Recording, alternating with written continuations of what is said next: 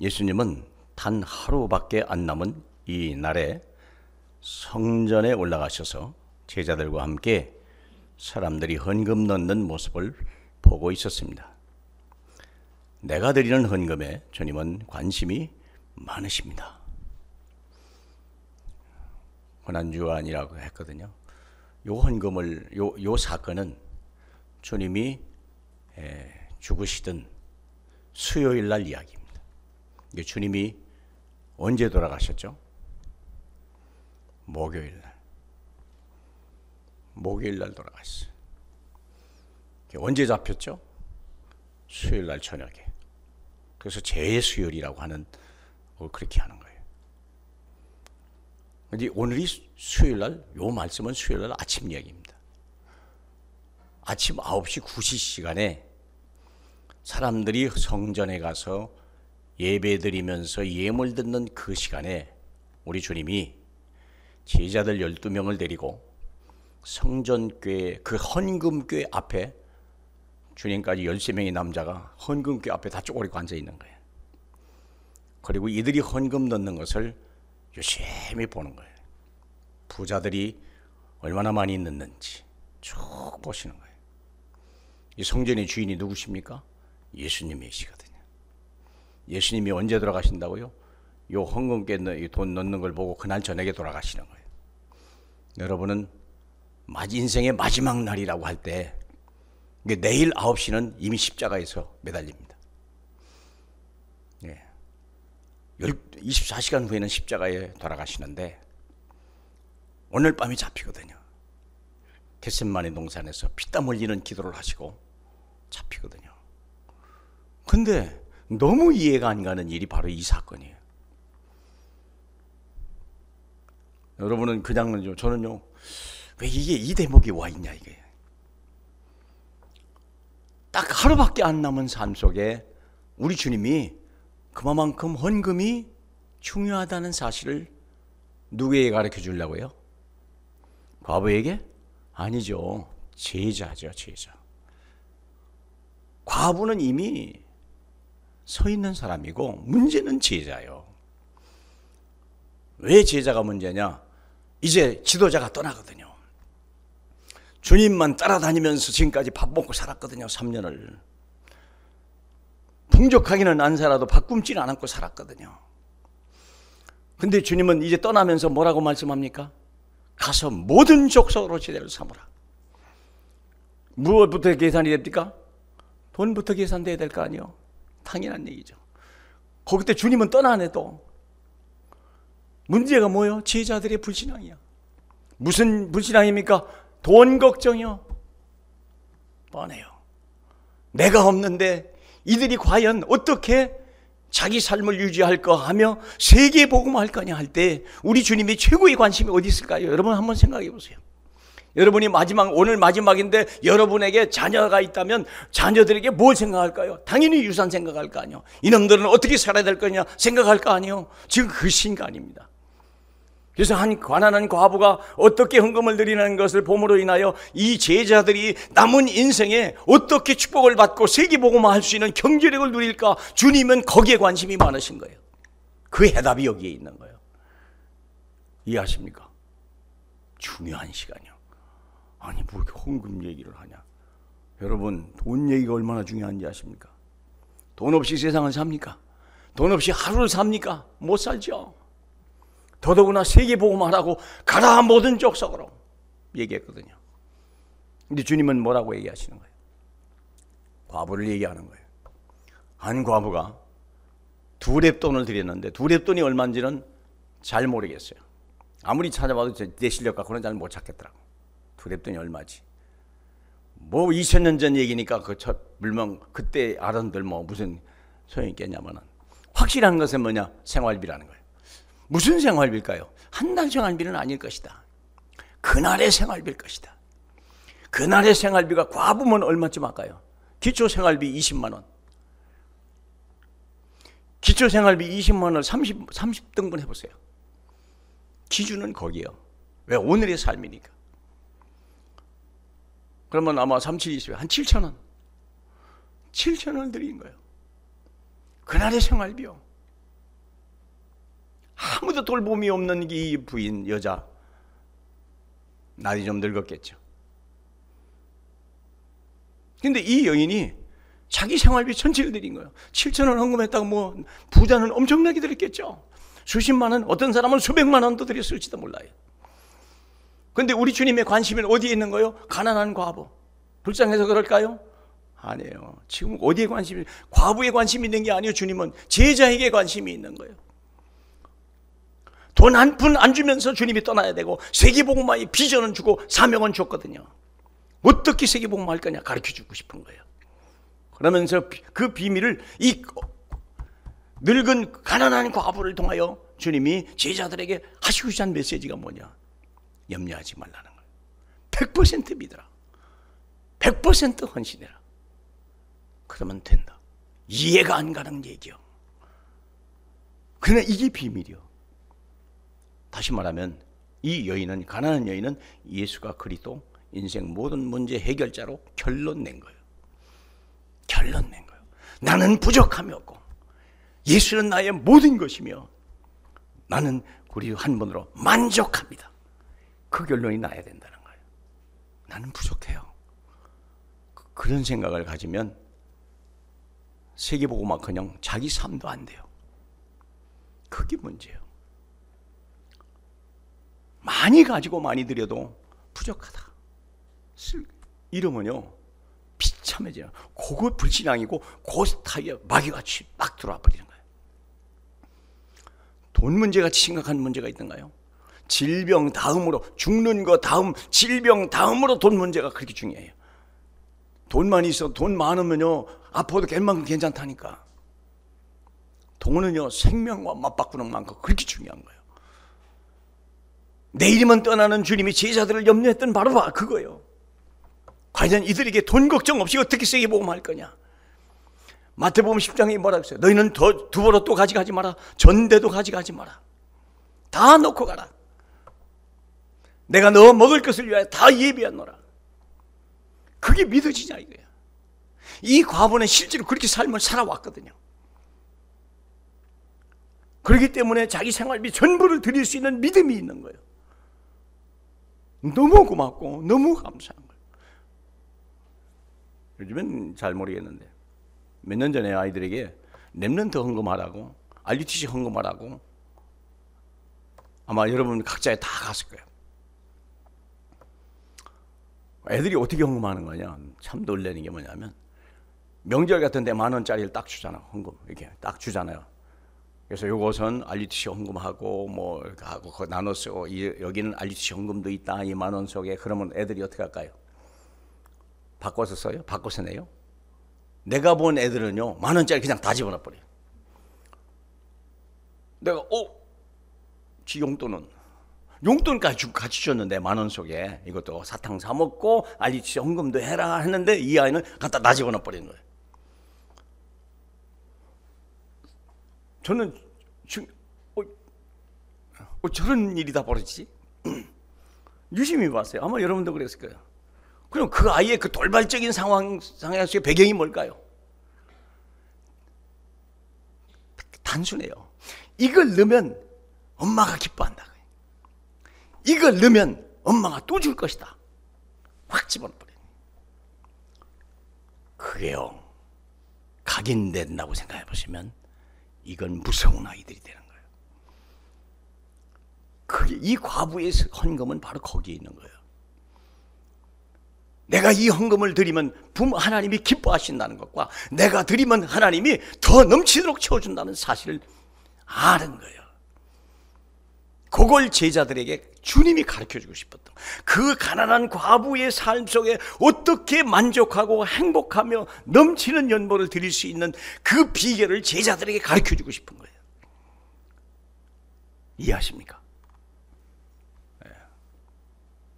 하루밖에 안 남은 삶에 무엇이 급했을까요? 여러분 한번 생각해 봐요.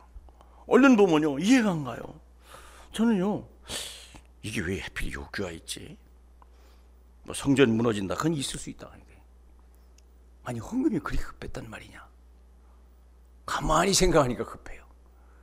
여러분이 죽는다면 뭐 할까요? 여러분이 세상을 오늘 밤 떠난다면 제자 틀림없이 자식들아 너는 여기 가 앞들이 뒤 그 재산 가고 분명히 그 짓 할 거 아닌가? 똑같은 거예요 지금요. 우리 주님이 제일 먼저 어디에 돈에 관심이 많은 거예요. 돈을 무시하는 게 아니에요. 돈 없이는 하루도 아무것도 못한다는 사실을 너무나 잘 알기 때문에 그걸 가르쳐주고 싶은 거예요. 이해하십니까? 이 여인의 비밀을 제자들에게 가르쳐 주신 것 같이 오늘 우리에게도 가르쳐 주신 거예요. 그리도 한 번으로 만족하고 그리도 풍족하고 부족함이 없다. 그걸 가르쳐 주려고. 그래서 첫 번째가 뭐냐면 그래서 우리 근데 뭐 재물의 근원이 하나님이라고 정말 믿느냐 하는 거예요. 모든 물질이 수고하기 때문에 오는 겁니까? 아니면 하나님의 은혜로 오는 것입니까? 얼른 수긍은 안 되죠. 여러분이 지금까지 썼던 모든 재물, 돈, 여러분이 주머니에 가지고 있는 돈이 수고했기 때문에 온 겁니까? 하나님의 은혜로 온 것입니까? 물론 여기서는 은혜로 된 것이라고 나가지만 딱 예배 끝나고 나가면서 아니야. 내 깊은 심령의 고백은 틀림없이 내가 수고해야 된다. 그래서 나는 좀 돈 벌러 가야 된다. 분명히 그럴 것입니다. 여러분의 직장을 나갈 때 그 심령을 보면 알아요. 정말로 내가 다른 사람에게 은혜를 끼치러 가는 겁니까? 돈을 벌러 가는 겁니까?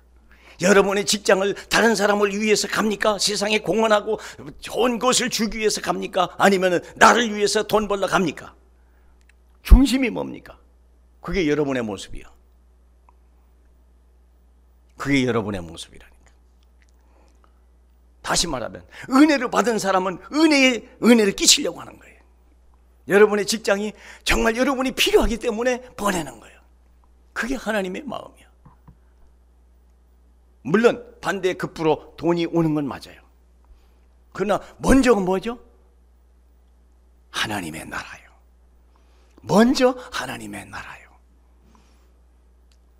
작은 구멍가게지만 그 구멍가게를 통해서 누군가 은혜를 입고 누군가 혜택을 주고 누구의 편리함을 주고 누구에게 기쁨을 주는 그 삶이 하나님의 계획이라는 거예요.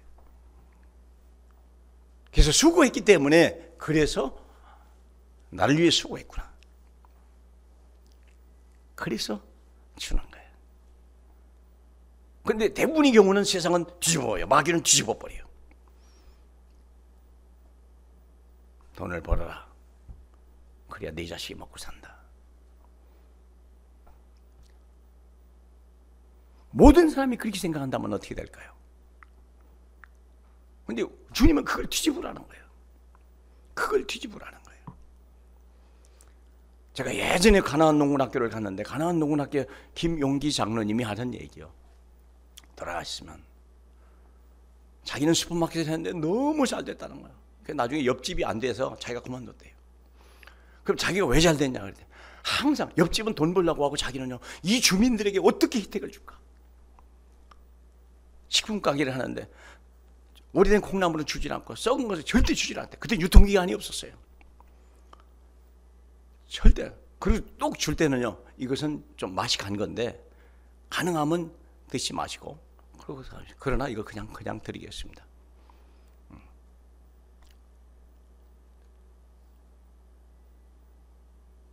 가능하면 그 사람들에게 물건을 바꾸러 오는데 분명히 자기 물건 아닌 거 알잖아요.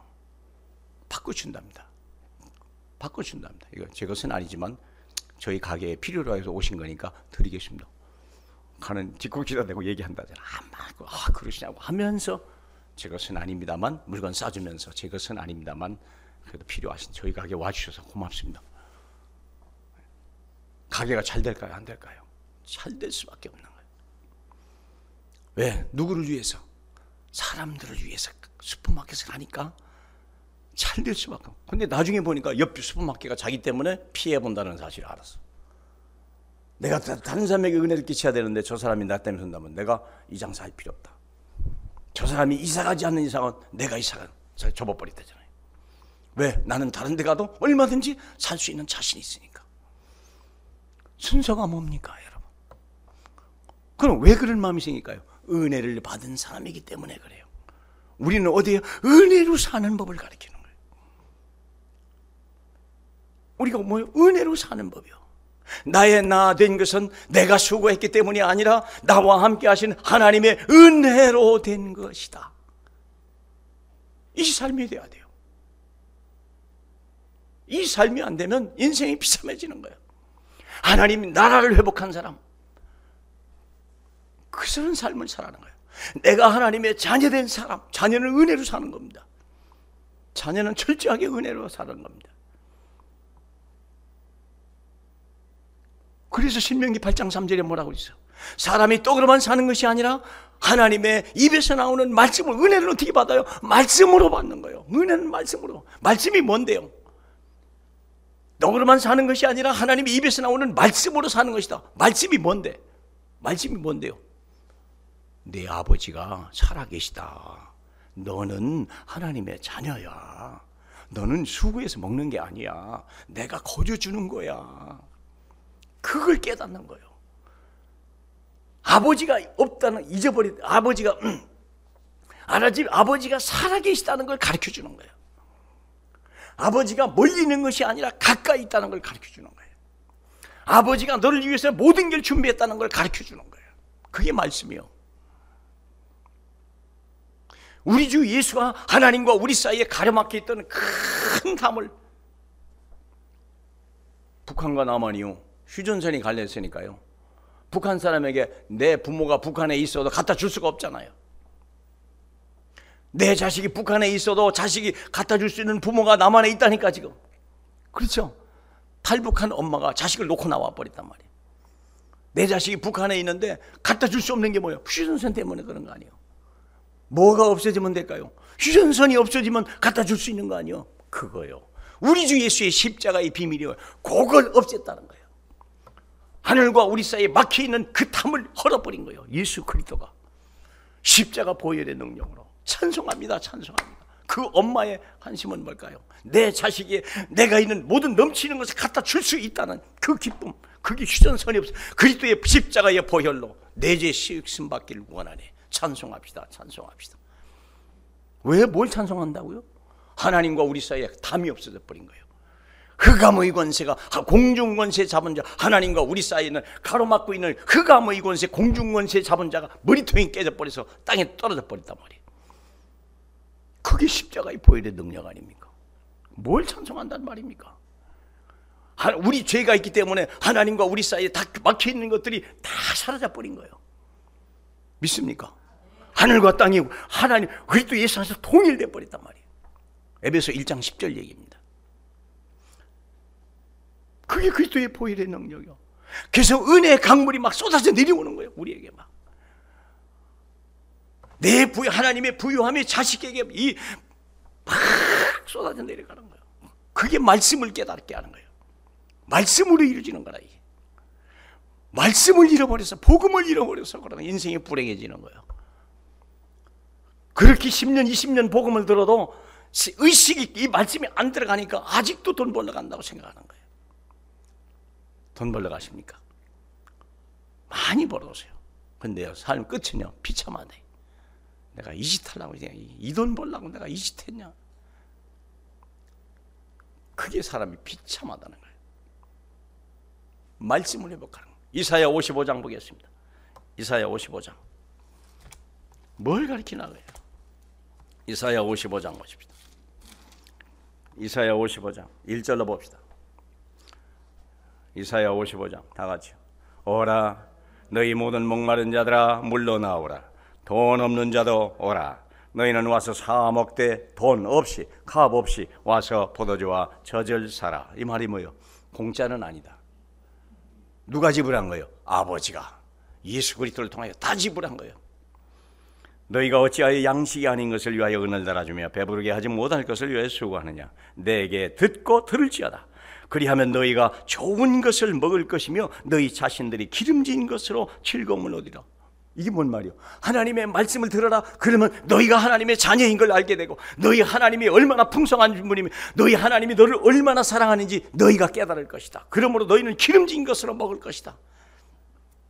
5절에 너희는 귀를 기울이고 내게로 나오라 들어라. 그리하면 너희의 영혼이 살리라. 내가 너희를 위하여 영원한 언약을 맺으리니 곧 다윗에게 허락한 확실한 은혜니라. 은혜의 삶이요, 막 쏟아져 버린 거. 다윗이요, 하나님의 은혜로 된 거예요. 하나님의 은혜로 다윗이 살았다는 걸 알아요. 다윗에게 허락한 확실한 하나님의 은혜로 사는 것이다. 너희는 수고해서 먹는 것이 아니다.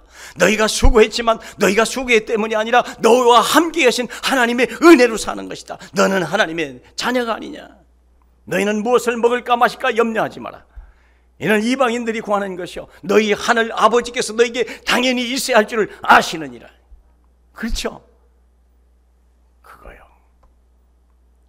그게 체험이 안 되면 안 돼요. 항상 순서를 마귀는 모든 걸 뒤집어 버린 거예요. 이게 그리스도의 복음은요, 그걸 다시 원상태로 회복하는 거예요. 회복이요. 돈 벌러 가는 게 아니요, 여러분이 거기에 있어야 될 이유가 있어서 보내는 거예요. 거기에 흑암을 꺾고 병든 자를 고쳐주고 상처 입은 심령을 치유하고 생수의 근원에서 그 사업장에 하나님의 은혜가 막 쏟아지게 해줘. 복의 근원으로 갔는데 수고했다고 하나님이 우리에게, 하나님이 내게 주신 사례요. 그게 하나님이 내게 준 사례요. 근데 뒤집어 버렸단 말이야. 직장의 주인한테, 사장한테 가서 내가 사장의 종이 돼가지고, 사장의 노예가 돼가지고 좀 이래가지고 돈 몇 푼 받아오는 인생으로 노예로 전락시킨 게 마귀의 장난이야. 그래서 말씀을 들으라는 거예요. 하나님의 말씀을 들어라. 사람이 떡으로만 사는 것이 아니라 하나님의 입 위에서 나오는 모든 말씀으로 사는 것이다. 너희는 내게 귀를 기울이고 내게 와 들어라. 너는 하나님의 형상을 입은 하나님의 자녀였느니라. 막힌 담을 우리 주 예수가 다 무너뜨렸느니라.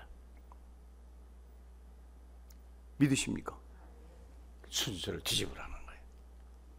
너는 복의 근원으로 가는 거야. 아브라함을 부를 때 너는 복의 근원으로 가라. 너로 인하여 모든 민족이 복을 받을 것이다 그랬지. 가서 거지같이 빌붙어가지고 열심히 살아라. 그렇게 부르지는 않았다는 거예요. 그러니까 아브라함이 하는 일마다, 그 자식이 하는 일마다 형통한 역사가 일어날 수밖에 없어요. 왜? 하나님의 대언자로, 하나님의 사명으로 갔거든요. 저주받은 땅을 축복의 땅으로 바꾸고, 흑암의 땅을 빛으로 바꿔놓고, 사망의 땅을 생명의 땅으로 바꿔놓는 게, 그게 우리가 서 있는 위치요, 삶이요, 이유요. 그래서 하나님이 수고했다고 우리에게 보수를 주는 거예요. 그러나 수고했기 때문이 아니요, 거저 주는 거예요. 내 자식이니까 당연히 받는 거예요. 믿으십니까? 이걸 믿으라고요. 말씀을 회복하라는 거예요. 말씀을 회복하는 뭐예요? 네 신분과 하나님이 누군지, 너와 하나님 어떤 관계인지, 너는 어떻게 힘으로, 누구의 힘으로 사는지, 너는 어떤 배경을 가지고 있는지, 너는 어떤 사명이 있는지, 너에게는 어떤 권세가 있는지를 빨리 회복하라 그 말이에요. 믿으십니까? 그걸 회복하라. 그건 내게 와 들으라는 거예요.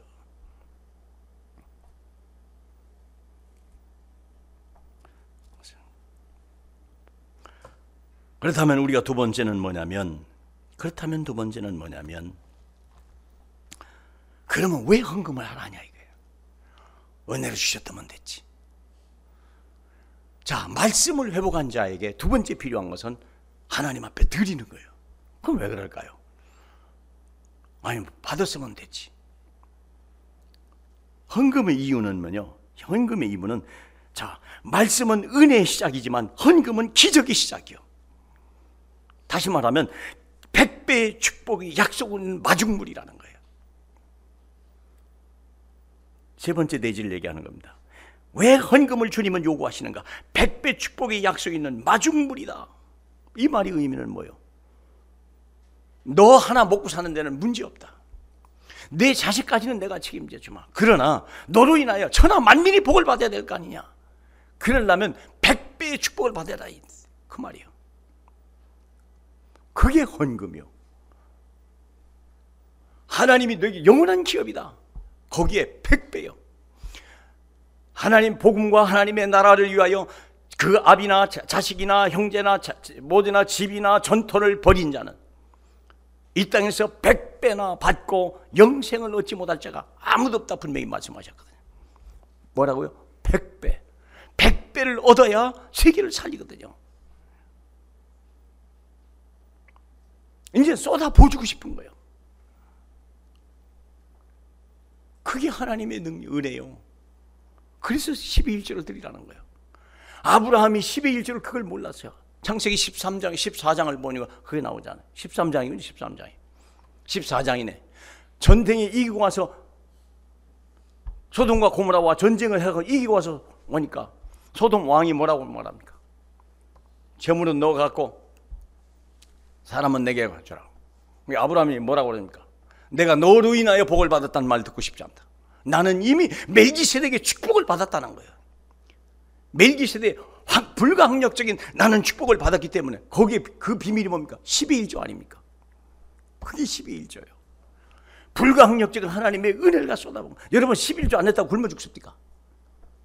11조 떼먹었다고 뭐 갑자기 막 이상합니까? 안 그래요. 하나님의 자녀인 것만 해도 충분해요. 솔직히 말해서 11조 안 해도 여러분 밥 먹어요. 왜 드리라고 그럽니까? 100배의 축복을 위해서 온전한 11조를 드리라. 심으라는 거예요. 그때는요. 내 밭이 있지 않냐. 여호와 하나님은 내 기업이요 너의 밭이다. 이거 갖다 심으라는 거예요. 그 얘기 아닙니까? 왜 심어야 됩니까? 가장 중에 어디다 심어야 됩니까? 교회에다가. 왜 교회에다 심어야 됩니까? 교회는 생명수의 근원이기 때문에 그래요. 이스라엘 백성이 출애굽을 하면서 모든 은과 금과 놋과 녹색실과 온 것 다 가지고 나왔거든요.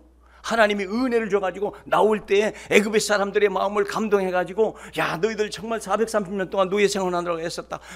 그냥 무섭기도 했지만 고맙기도 하고 그래서 온갖 것 다 준 거예요. 이스라엘 백성이 그걸 가지고 이걸 가지고 어디로 왔어요? 시내산으로 왔잖아요. 시내산 와서 하나님이 뭐라고 말해요? 성막을 지어라. 빨리 성막을 지어라. 성막을 뭘로 지어요? 사막에 뭐가 있어요? 출애굽할 때 가져왔던 그 평생 가져보지도 못하고 만져보지도 못한 은과 금과 막 이 보석과 모든 이 색실로 그걸 가지고 뭘 만들라고? 하나님의 성전을 만들어. 왜 그럴까요? 하나님이 돈이 없어가지고 다시 뺏는 거예요. 다시 뺏는 거예요. 세뱃돈 애한테 다 봐주고 엄마가 가지고 있을게 그러면서 돈 없다고 다 빼먹고 뭐 그런 식입니까? 아니에요. 네가 가진 은금이 좋은 것이지만 그것 가지고 너희가 1년을 버틸겠냐? 그거 가지고 네 삶에 보장됐겠냐? 어림도 없는 그 성막을 만들어라. 그러면 거기서 은혜의 강물이 쏟아져 내려올 것이다. 그걸 만들어라는 거예요. 생수의 근원을 만들어라. 그 얘기 아닙니까? 40년 동안 먹고도 남을 수 있는 그걸 빨리 만들어라. 이해하십니까? 그게 헌금이요. 그게 성막을 지으라는 거예요. 다윗이 성전을 지었고 솔로몬이 성전을 지었죠. 돈이 있어졌어요? 원래 없었죠. 아무것도 깽판 아무것도 없었지. 근데 하나님이 다윗을 축복하셔가지고 백항목에 살고 있는데 다윗이 어느 날 보니까 하나님의 괴는 아직도 천막에 있으니까 그게 마음 아픈 거예요. 그 하나님이 나를 이렇게 축복해서 왕이 되게 하고 백향목집으로 집을 주셨는데 나는 하나님을 위해서 한 것이 없구나. 내가 하나님을 위해서 성전을 지어드려야 되겠다. 그 마음만 먹었는데 하나님이 그때부터 막 쏟아 부어주는 거예요. 돈이 있어야 될 거 아니에요. 막 쏟아 부어주는 거예요. 그 성전에서 이스라엘 백성이 엄청난 은혜와 축복을 받는 거예요. 그뿐만 이스라엘 백성이 아니에요. 온 세계 모든 민족이 와서 다 그 영광을 보고 그 은혜를 받고 막 전 세계로 그 강물까지 막 쏟아져 가는 거예요. 누구를 위한 헌금입니까? 근데 중심이 그렇지 않다는 거예요. 오늘날 우리가 하나님의 교회에다가 막 갖다 쏟아 부어줄 생각해야 돼요. 교회가 넘치면 뭐 할까요? 목사가 다 먹어버릴까요?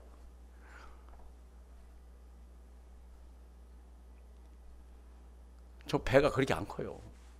저도 먹는데 한계가 있어요. 저 한 끼 좀 잘 먹으면요 더 이상 먹고 싶은 생각 하나도 없어요. 제가 먹으면 얼마나 먹겠습니까? 누구를 위한 것이냐 이게 다 렘넌트와 이 시대와 세계 살리는 일에 막 쓰임 받아야 되거든. 갖다 막 쏟아 부으라는 거예요. 주님이 그 얘기하고 있는 거예요. 그게요. 초대교회 그 거지 같은 120명을 모아놓고 우리 주님이 세계복음화의 명령을 했는데 그들이 뭐 했을까요? 당연히 언약을 붙들고 기도하는 거예요. 그래서 모든 사람들이 자기 것을 자기라고 생각하지 않고 막 교회에다 갖다 드린 거예요. 바나바는 집을 팔아 막 드리고 있는 사람들 다 팔아드리고 서로 내 것이다 내 것이다 할 것이 없다. 그게 하나님의 비밀이요. 그게 헌금의 비밀이요. 나중엔 넘치도록 채웠고 안디옥에 흉년이 왔는데도 불구하고 그렇죠. 안디옥 교회는 오히려 다른 사람 이 예루살렘 교회를 도울 만큼 경제 축복이 넘쳤다니까. 비밀이요. 내장이 넘치는 비밀. 그게 하나님의 비밀이요. 그게 교회에 드리는 헌금이요. 그게 10의 1조요 예물이요. 이유 있는 예물을 드리라고 말이에요. 그게 이유요. 여러분 11조 안 드렸다고 교회 뭐 괜찮습니다. 문제는 뭐냐? 여러분이 그렇다고 망하냐? 에이, 천만의 말씀. 문제는 뭐냐? 여러분 하나를 못 넘어간다는 거예요. 밥을 먹으면서도 근심 걱정이 떠나지 않는다는 거예요. 왜? 가끔 황충도 오고 가끔 열매도 막 떨어지니까요. 불안하거든요. 보장받지 않은 삶이 된다는 거예요. 그러면 되겠습니까? 넘쳐야 될 거 아니에요. 이웃에게도 가이오같이 온 교회를 섬기는 식주인만큼은 돼야 될 거 아니에요. 하나님의 관심은 거기에 있는 거예요. 쏟아 부을 만큼. 그렇기 때문에 너도 갖다 부어라 이게. 누구를 위한 헌금입니까? 노아가 방주를 진 것은 누구를 위한 헌금입니까? 방주를 진다는 게요. 돈이 얼마나 난 글쎄요. 수백억 들었을 것 같아 내 생각에. 그 방주 짓느라고. 길이가 150m, 폭이 50m. 그 배를 지었다고 생각해봐요. 그 돈이 그게 맨손으로 됩니까? 하나님을 막 쏟아부어준 거예요. 누구를? 너와 내 자녀들과. 그렇죠. 그리고 모든 생명을 위하여 방주를 지어라 분명히 말했거든요. 너는 복의 근원이 될 것이다. 너로 인하여 세계 모든 민족이 복을 받게 될 것이다. 우리가 그런 응답과 축복을 받아야 될 거 아니겠습니까? 하나님은 즐겨내는 자를 사랑하시니라. 많이 씻는 자는 많이 거두고 적게 씻는 자는 적게 거두니라. 인색함으로나 억지로 하지 마라. 너희로 모든 일에 항상 모든 것이 넉넉하여 모든 착한 일을 넘치게 하게 하리 하심이라. 이게 주님이 우리에게 헌금을 요구하시는 이유요. 돈이 없어서가 아니에요. 우리로 하여금 내가 드리는 헌물이 얼마나 엄청난 능력으로 되돌아오는지를 체험하라고 말이에요. 복에 근원된 사람이 되라. 안 그러겠어요? 밭에다 심는 씨앗이 아까우면 농사 짓지 말아야지. 농사 짓지 말아야지. 고린도후서 9장에 보면 말합니까? 내가 거두는 게 뭐도 있고 씨도 있고 먹을 것도 있다고 그러잖아. 근데 문제는 씨까지 다 먹어버린다는 거지. 왜 그래요? 인색하니까. 씨씨 다 먹어버려. 12일째로 제대로 드리지도 않을 뿐만 아니라 아예 다 먹어버려. 그러면 어떻게 될까요? 그렇다고 바꿀 뭐요? 직장에 쫓겨나요? 아니라니까. 하나님의 자녀요. 피로 구원받았어요. 문제는 뭐냐? 나를 못 넘어간다는 거예요. 나를 못 넘어간다는 거예요. 내 잔이 넘치질 않는다는 거예요. 이 과부는, 가난한 과부는 놀랍게도 자기 잔이 넘친 거예요. 그게요. 그걸 제자들에게 가르쳐 싶은 거예요. 우리 주님의 관심은 제자예요. 나는 떠난다. 너희들만 남겨놓게 가는데 너희에게는 세계복음화의 사명이 있다. 너는 어떻게 살아야 될지 그걸 가르쳐 준 거예요. 그 과부에게. 과부를 통하여 제자를 가르치는 거예요. 이 제자들은 그 언약을 믿고 정말 그대로 기도했더니 막 쏟아 부으게 넘치게. 나중에 베드로가 어떻게 해요? 누가요? 천주교를 보면 알죠. 천주교 사제들의 모델이 누굽니까? 베드로 아닙니까? 온 12보석이 가슴에 찰 만큼 그 가난한 베드로가. 믿으십니까? 그래서 내가 드리는 헌금에 왜 주님은 마지막 삶에 하루를 놔두고 성전교회 앞에서 이 이상한 쇼를 하셨을까? 한 이유, 절대적인 중요한 이유가 있다는 거예요. 이 제자들로 하여금 마르지 않는 생명수의 생명의 그 축복을 주고 싶은 거예요. 그걸 가르쳐 주고 싶은 거예요. 결론입니다. 헌금은 순교다음으로 소중한 재물이다. 교회를 통해서 시대의 재앙과 후대의 재앙, 저주를 막는 길이 바로 우리가 드려야 된 예물이요. 두 번째, 11조는 세상의 교회를 짓는 것이고, 여러분이 드리는 헌금은 내 마음속에 성전을 짓는 일이다. 11조는 하나님 거요. 11조는 하나님이 정하는 거예요. 여러분이 정하는 게 아니라고 그랬죠. 하나님이 100만 원을 줬으면 10만 원만 드리면 되고, 하나님이 1000만 원을 줬으면 100만 원만 드리면 돼요. 뭐 더 드릴 필요도 없어요. 그런데 감사하여 드리는 예물이 있죠. 작정하여 드리는 예물이 있죠. 이게 12일조는 누구? 교회를 세우는 일에 쓰임받는 거고, 12일조를 가지고 누가 써요? 교회 유지하고 주의 종들이 쓰는 돈이요. 더 많은 주의 종들을 써야 교회가 힘을 얻고 여러분들을 섬기는 일에 쓰임받는 거예요. 여러분들이 12일조를 안 드리면요, 여러분을 섬길 수 있는 종들이 없어요. 근데 여러분들이 수고해야 돼.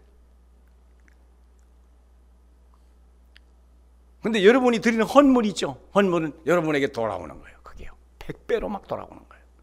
그래서 교회가 11조 교회를 통하여 시대가 응답을 받고, 여러분의 헌물을 통하여 여러분과 여러분의 자녀가 천대까지 복을 받을 수밖에 없는 거예요. 그래서 말라기 3장 10절에 보니까 얘기하잖아요. 왜 남이 하나님 걸 도적질했냐 이제. 한번 생각해 보세요. 말라기 3장 얘기죠. 말라기 마지막 예언서 아닙니까? 마지막 예언서의 마지막 장에다가 왜 헌금 얘기를 했을까? 그 후에 400년 동안 묵시가 없어요. 왜 주님이 떠나면서 마지막에 이 헌금 얘기를 하고 있을까? 구약의 마지막 말라기 3장 끝에 왜 11조 얘기를 할까? 왜 헌물 얘기를 할 이유가 뭘까? 묵시가 없어도 너희들 살아나야 되는 거 아니냐? 경제 축복을 받는 법은 배워야 될 거 아니냐? 이해하잖아요. 여러분 이상하잖아요.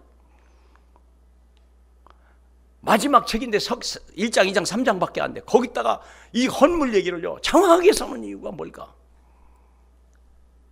그 이유가 뭘까? 마지막 떠나면서 주님이 왜 제자들에게 헌금을 가르치는 이유가 뭘까? 그 이유가 뭘까? 엄청난 복음의 비밀이요 이게요. 돈 없이 살 수 있습니까? 돈 없이 신앙생활을 하든가요? 여러분, 왜 여러분은 그렇게 가난합니까? 마음의 여유가 없어. 예수가 그리스도가 아직 덜 돼서 그래요. 아직도 막 불안하고 염려가 되고 노후 걱정하기도 되고, 내 노후는 어떡하지? 노후 걱정하지 마요. 우리 어머니를 보시면 알아요. 난 우리 어머니의 산 모델이 있어요. 우리 집사람이 다 잘 알아요. 현재 94세. 이따 오시면 얘기가 좀 곤란해서. 주일 헌금은요, 그분이 거의 매번 5만 원씩 드려요. 주일 헌금 5만 원 드리는 분 우리 교회 그렇게 많지 않을 거예요. 그 어른요 5만 원씩 드려요.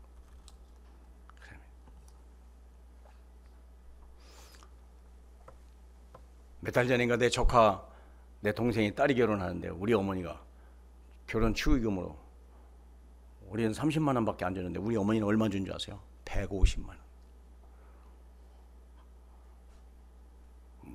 와, 무슨 결혼 축의금 그렇게 많이 준답니까? 난 내 조카도 안 줘. 130만 원밖에 못 줬는데. 왜 그럴까요? 우리 어머니의 특징, 기도를 쉬지 않아요. 지금은 전도를 못 해도요, 예전에 전도 엄청나게 했어요. 세 번째, 헌금 아끼질 않아요. 내게는 안 줘요. 아끼질 않아요. 내가 처음 20년 전에 교회 개척할 때 돈이 필요해가지고, 어머니 내가 지금 돈이 없어서 좀 은행에 융자를 얻어야 되는데 좀 보증 좀 서주세요 그랬더니, 뭐? 네가 누군데 내가 보증을 쓰냐? 근데 그 말에 질려가지고 깜짝 놀랐다니까요. 진짜요. 내가 헌금을 했지 내가 보증 쓰냐? 차라리 헌금해라오라. 그런다 한다. 내가 넌 보증은 안 써준다. 헌금 얼마나 하려니까 그때 당시 2천만 원 해주시더라고. 됐습니다. 뭐 빌리는 것보다 훨씬 낫네요.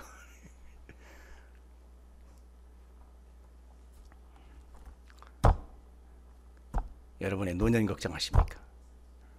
쓸데없는 생각이요. 염려하지 마세요. 하나님은 우리의 아버지요. 우리는 늙어도 아버지는 안 늙어요. 우리는 가난해도 아버지는 여전히 부자요. 믿으십니까? 아버지를 끝까지 믿으세요.